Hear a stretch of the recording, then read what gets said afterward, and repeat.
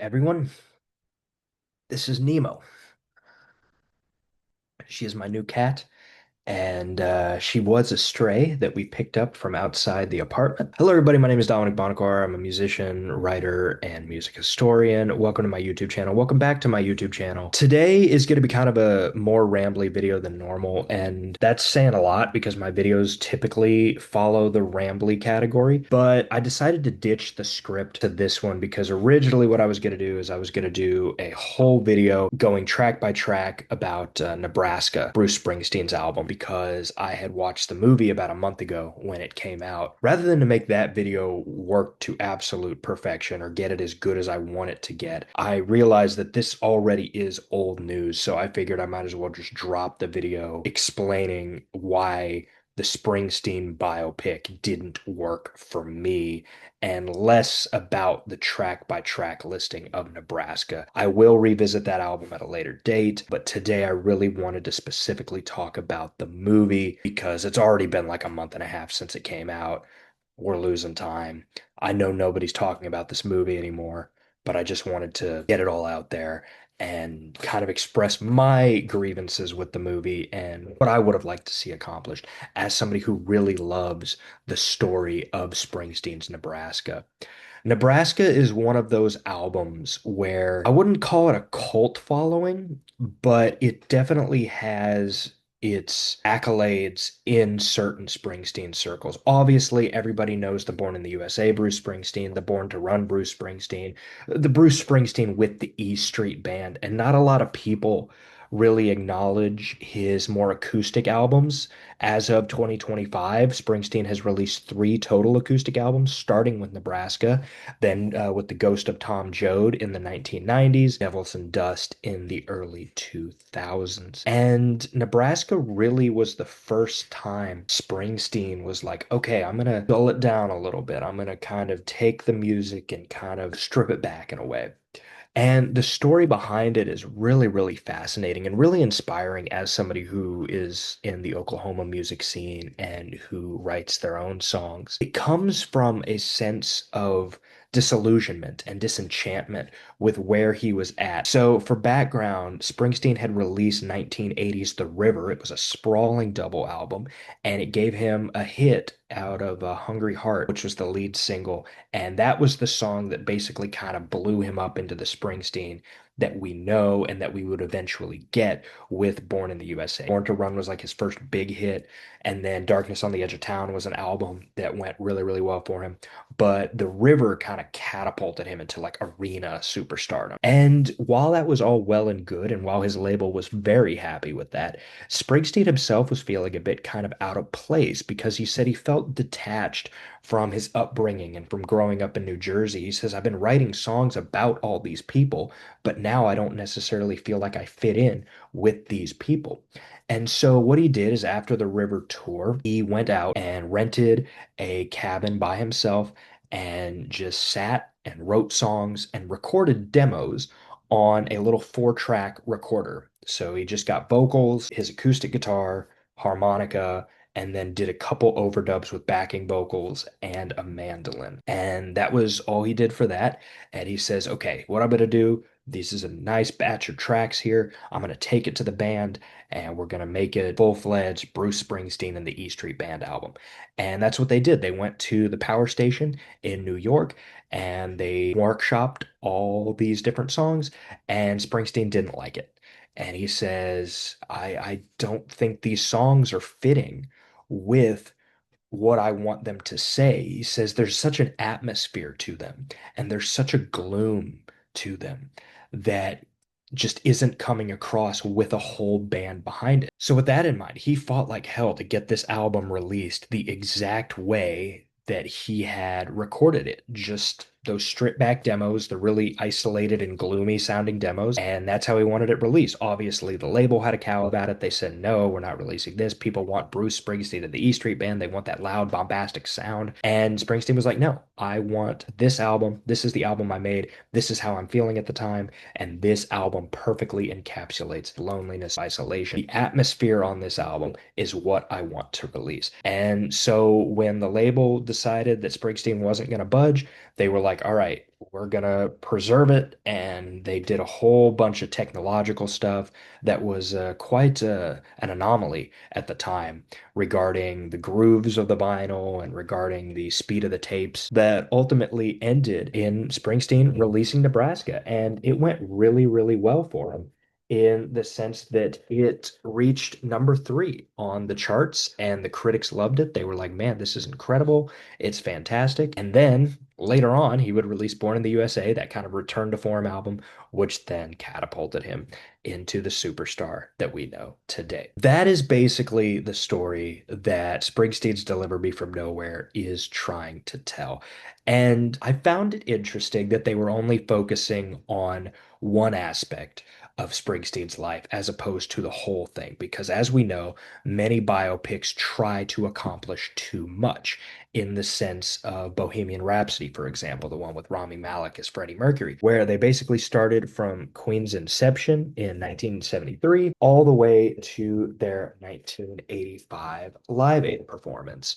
Which I thought the Live Aid sequence was really, really good in that movie. I think it was the best part of that movie. The rest of it was very rushed, not really drawn out. It was a passable biopic. I don't hate Bohemian Rhapsody as much as other people seem to, but I definitely do not think it was a good biopic. I don't think we've had a good music biopic since Walk the Line, that Johnny Cash one starring Joaquin Phoenix and Reese Witherspoon. So that kind of goes to show how hard it is to make a musical biopic or any biopic for that matter, because there's just too much material to capture in a 2 hour film. And so obviously the Springsteen movie had that against it, but it was kind of marketing itself as this anti-biopic because, oh, we're not focusing on his whole life. We just want to focus on this one aspect, which I thought was pretty promising because, like I said, the Nebraska era of Springsteen is one of the most emotionally taxing eras. It is one of his most artistically prolific eras. And so I was like, they could realistically do something really, really good with this film. Unfortunately, as a musician and as a person who goes to therapy, which are two things that the movie promised it was going to be about, music and mental health, I felt like the movie did not excel at either of those aspects. I think the music side wasn't really built up enough in the sense that it got too repetitive too quickly. There was really no need expressed to create this album.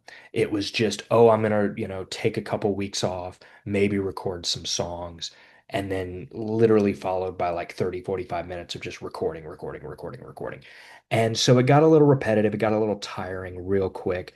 And then the mental health aspect was really just, I feel like amateurishly covered in the sense of you have the flashbacks, which document Springsteen's tumultuous relationship with his father, but they also got super, super repetitive, almost like the movie was spoon feeding to you. See, his dad doesn't like him. He doesn't like his dad. See, this is why he's making this album. If you weren't aware of the story of Nebraska, I feel like it's just flashbacks for the sake of flashbacks. There was no emotion behind any of the flashbacks.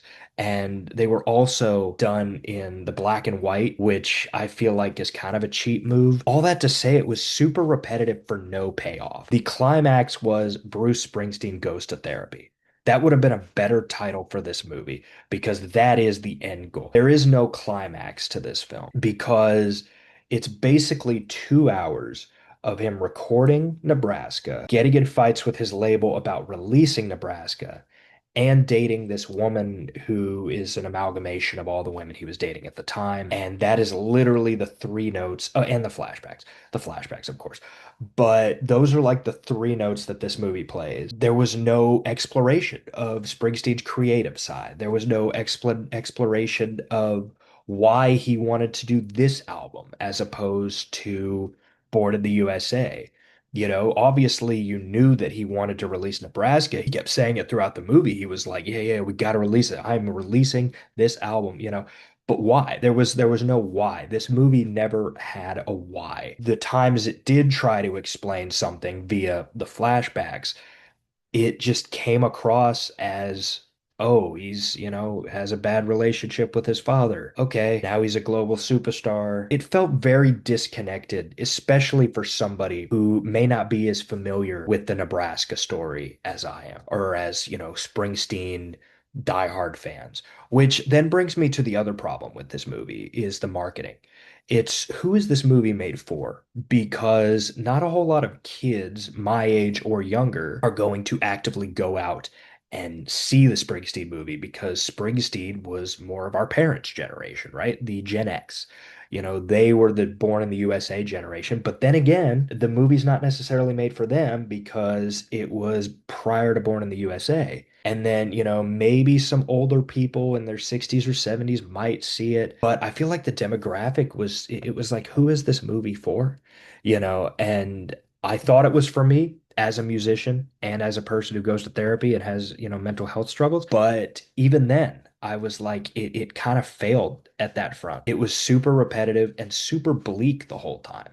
It was very much like the album Nebraska. I will give the movie, if I give the movie any credit, it is very much like the album it tells the story of in the fact that Nebraska is very one note when it comes to instrumentation. It's just guitar, Springsteen's vocals, and an occasional mandolin, whereas the movie is just Springsteen recording, dating, with an occasional flashback every now and again, although the flashbacks were too heavy-handed. But on top of that, Nebraska has the lyricism. Nebraska has the rich lyricism that tells the stories of the Chicken Man in Atlantic City, getting murdered by the other gangs, and it tells the story of the two lovers who go on to commit crimes in the title track. And it talks about a man who's driving down the highway and in fear of the state trooper that is going to come pull him over, but there is no state trooper. It's just him and his inner demons in his mind.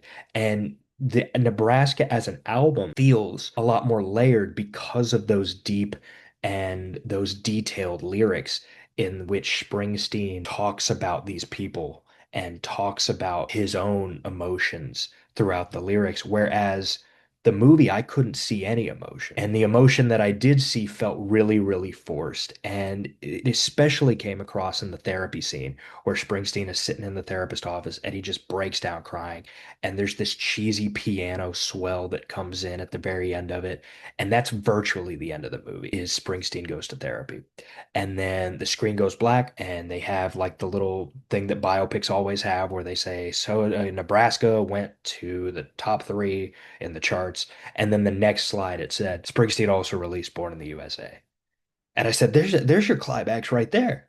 I said that's the thing, right? You start depressed and sad and you make Nebraska and then you overcome it by going to Born in the USA, which would have given the movie a whole lot of extra lift. It would have made the movie a tad bit longer, which at this pacing that the movie was currently at, it definitely didn't need to be any longer.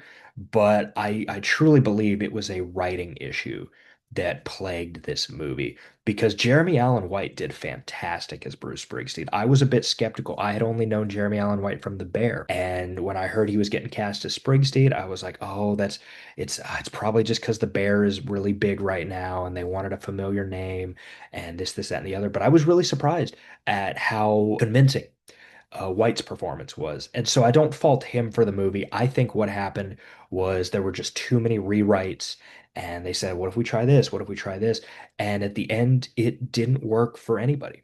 And so those are my thoughts regarding the Springsteen movie. Let me know what you thought about the Springsteen movie. I don't know a whole lot of people who are really, really into the Springsteen movie. So if you are, for whatever reason, really into the Springsteen movie, definitely let me know. And yeah, anyway, say goodbye, Nemo. Goodbye. Bye. Anyway, thank you for watching. Thank you for commenting, subscribing, liking, all that good stuff. Okay, I'm done. All right. We'll see you.